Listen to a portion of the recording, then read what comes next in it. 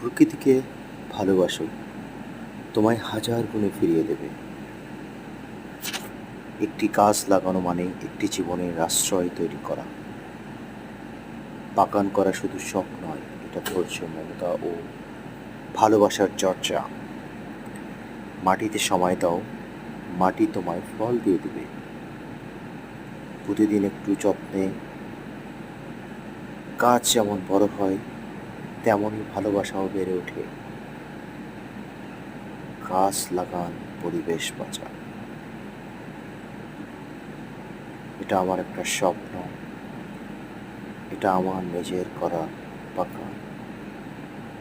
বাগান করতে সবাই ভালোবাসুন, গাছ লাগাতে সবাই ভালোবাসুন।